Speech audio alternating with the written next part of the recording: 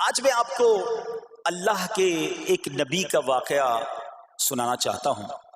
یہ واقعہ قرآن مجید میں بہت تفصیل کے ساتھ موجود ہے، اور یہ واقعہ ایسا ہے کہ میں ان نبی علیہ الصلوۃ والسلام کے عمل کا نام لوں تو نبی علیہ الصلوۃ والسلام کا نام آپ کے ذہن میں خود ہی آ جائے گا۔ یعنی انہوں نے وہ عمل ایسا کیا کہ اب ان کے نام کے ساتھ وہ عمل ایک خاص ٹیگ بن گیا ہے۔ اور اگر میں اب عمل بتاتا ہوں، نام آپ خود بتائیں گے۔ اور ان کا عمل تھا کہ ان کے اندر کمال صبر تھا۔ اب یہ صبر کرنے والے نبی کون ہیں؟ صبر ایوب علیہ السلام۔ مشہور ہے دنیا میں کہ ایوب علیہ السلام کا جو صبر ہے وہ ضرب المثل بن گیا، وہ ایگزامپل بن گیا۔ صبر تو بہت سارے لوگوں نے دنیا میں کیا، مصیبتیں تو بہت سارے اللہ والوں پر آئیں، مگر حضرت ایوب علیہ الصلوۃ والسلام کو اس قدر کمال کا صبر جو ان کا تھا وہ کیا واقعہ ہے۔ تو آج مشکلیں ہیں، پریشانیاں ہیں، ٹینشن ہیں، لوگ جب پریشان ہوتے ہیں تو صبر کا دامن تھامنے کی بجائے نارملی بے صبری، شکوے اور شکایات کی طرف جاتے ہیں۔ تو زندگی میں جب بھی کوئی معاملہ ہے نا، ہمیں اللہ کے کلام کی طرف رجوع کرنا چاہیے، اللہ والوں کی سیرت کی طرف رجوع کرنا چاہیے، اور رب کریم کے جو منتخب ترین بندے ہیں دنیا کے افضل ترین جو افراد ہیں وہ انبیاء کرام علیہ الصلوۃ والسلام ہیں۔ تو ہمیں جب بھی کوئی پرابلم آئے، جب بھی کوئی مسئلہ درپیش ہو، پہلے دیکھیں اللہ والوں نے اس موقع پر کیا کیا تھا، قرآن کیا کہتا ہے، حدیث کیا کہتی ہے، تو پھر زندگی میں چیزیں آسان ہو جاتی ہیں۔ تو حضرت ایوب علیہ الصلوۃ والسلام کی سیرت کے بارے میں جانتے ہیں کہ آپ حضرت اسحاق علیہ الصلوۃ والسلام کی اولاد میں سے ہیں، اور ان کی والدہ حضرت لوط علیہ الصلوۃ والسلام کے خاندان سے ہیں۔ اللہ تعالیٰ نے آپ کو ہر طرح کی نعمت سے نوازا تھا۔ آپ حسن و صورت والے بھی تھے، یعنی آپ کو اللہ پاک نے بہت خوبصورت بھی بنایا تھا، اور اللہ کریم نے مال بھی بہت دیا، اولاد میں بھی کثرت دی، یعنی ویل آف لائف تھی، خوبصورتی بھی ہے، مال بھی ہے، اولاد بھی ہے۔ اچھا، پھر ظاہر مال تھا تو گھر بھی تھے، جانور بھی تھے۔ اس زمانے میں جو ویلتھ ہوتی تھی، جو پیسہ ہوتا تھا، وہ جانوروں کی صورت میں ہوتا تھا۔ آج کل لوگ گاڑیاں رکھتے ہیں، سونا زیورات رکھتے ہیں، اس زمانے میں جانور ہوتے تھے۔ بلکہ اب بھی اگر پاکستان کے بھی آپ انٹیریئر کے ایریا میں چلے جائیں، گاؤں گوٹھ میں جائیں، تو لوگ اپنا مال و دولت سے جانور ہی خرید رہے ہوتے ہیں۔ ان کے نزدیک یہی ان کا جو ہے، وہ جو بھی ان کا کاروبار ہوتا ہے اور مال ہوتا ہے۔ اب آپ پر امتحان آیا، آزمائش آئی، اور وہ آزمائش کیسے آئی کہ پہلے آپ کا مکان گرا، اور خاندان کے جتنے افراد تھے اور آپ کے بیٹے تھے، جتنے بھی آپ کے بیٹے تھے نا، وہ سب اس مکان کے تلے دب کر انتقال کر گئے۔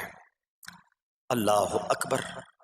آپ کو آ کر خبر دی جاتی گئی کہ حضور آپ کا مکان گر گیا ہے، آپ کے بچے دب گئے اور دب کر ان کا انتقال ہو گیا ہے۔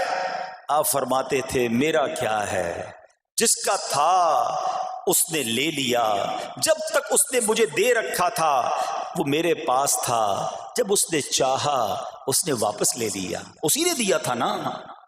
تھوڑی دیر بعد خبر آئی کہ آپ کے جتنے جانور تھے، ہزارہا اونٹ تھے، بکریاں تھی، ریوڑ کے ریوڑ تھے، سارے جانور جو ہیں وہ مر گئے۔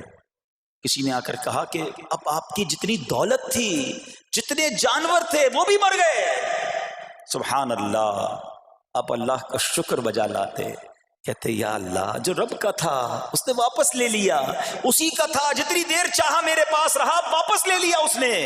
میں اپنے رب کی رضا پر راضی، میں اس امتحان پر راضی ہوں۔ اللہ اکبر۔ اب کیا ہوا کہ آپ کی تمام کھیتیاں اور جو باغات تھے، بہت بڑی زمینیں تھیں، بڑے بڑے کھیت تھے، وہ بھی سارے کے سارے برباد ہو گئے۔ کسی نے آ کر بتایا کہ حضور اب تو کھیت بھی گئے، اب باغات بھی گئے۔ آپ نے فرمایا کہ جس کا تھا اس نے لے لیا، میں اس کی رضا پر راضی ہوں۔ جب تک میرے پاس تھا وہ میرے پاس تھا، اب رب نے واپس لینا چاہا تو اس نے لے لیا۔ اب he was empty handed، یعنی اب کچھ بھی نہیں تھا، نہ بچے ہیں، نہ مال ہے، نہ جانور ہے، نہ مکان ہے۔ مگر حضرت ایوب علیہ الصلوۃ والسلام کی زبان پر پھر بھی شکر ہے، ہیں، اب بھی شکر ہے، شکوہ نہیں ہے کہ اللہ میں تیری رضا پر راضی ہوں، لیکن ابھی امتحان ختم نہ ہوا تھا۔ اور اس امتحان کے پیچھے بعض مفسرین نے ایک اور قول بھی نقل کیا کہ شیطان نے حضرت ایوب علیہ السلام کو دیکھ کر اللہ کی بارگاہ میں کہا کہ مولا یہ تیرا بندہ اس لیے تیرا شکر گزار ہے کہ تو نے اسے بڑا نوازا ہے، بڑا مال دیا ہے، اولاد دی ہے، گھر دیا ہے۔ تو اب رب کریم نے حضرت ایوب پر امتحان بھیجا تاکہ پتہ چلے کہ میرے نیک بندے امتحان کے بعد بھی صبر کرتے ہیں۔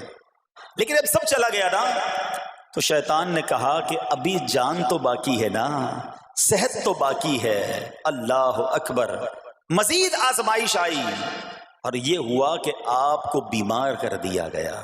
مبارک جسم پر بڑے بڑے آبلے پڑ گئے، پھوڑے جس کو کہتے وہ پڑ گئے۔ اس حال میں آپ کے سارے دوست بھی آپ کو چھوڑ کے چلے گئے۔ آج کل ویسے بھی حال ایسا ہی ہے جناب، جب تک پیسہ ہے، شہرت ہے، آپ کے پاس کوئی مال ہے تو آس پاس بہت سارے لوگ ہوتے ہیں، مگر جب یہ سب چیزیں چلی جائیں نا تو بعض اوقات ایسی کنڈیشن میں اپنے اور پرائیوں کی جانچ بھی ہو جاتی ہے کہ اب کون کھڑا ہے۔ دوستی مال کے لیے تھی، دوستی شہرت کے لیے تھی، دوستی منصب کے لیے تھی، یا کسی کی ذات سے واقعی خالص دوستی تھی؟